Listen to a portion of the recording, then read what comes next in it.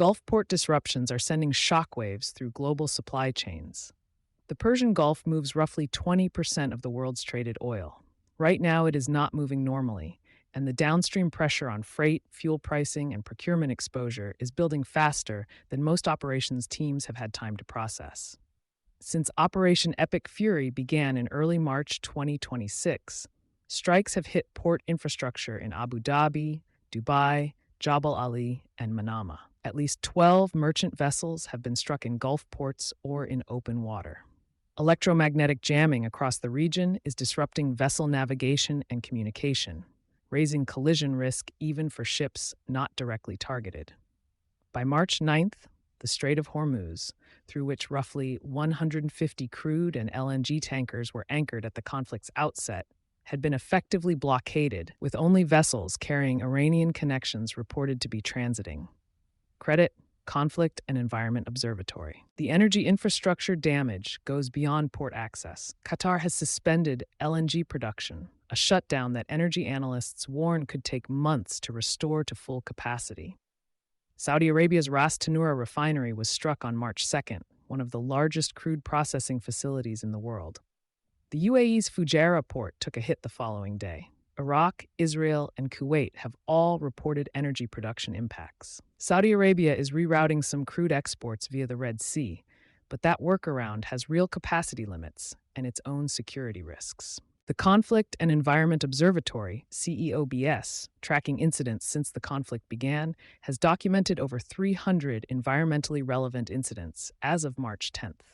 Fossil fuel infrastructure accounts for a significant share of the highest risk events.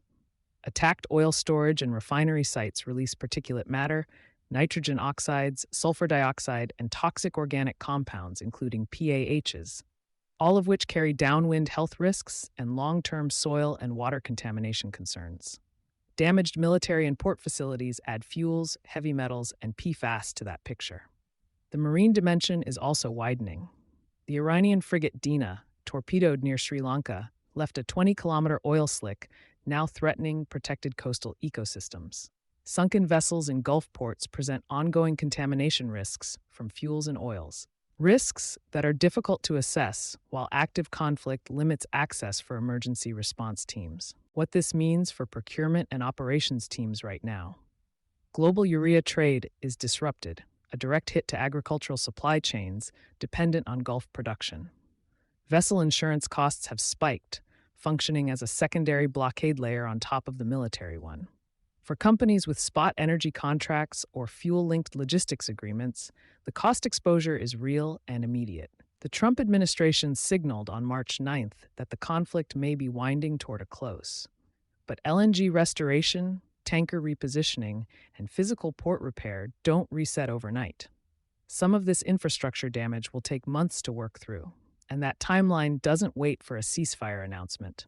Organizations with Gulf-sourced energy, LNG contracts, or freight routing through Hormuz should be actively pressure testing their contract structures and identifying where their next 60 to 90 days of exposure actually sits. The window to get ahead of it is narrowing.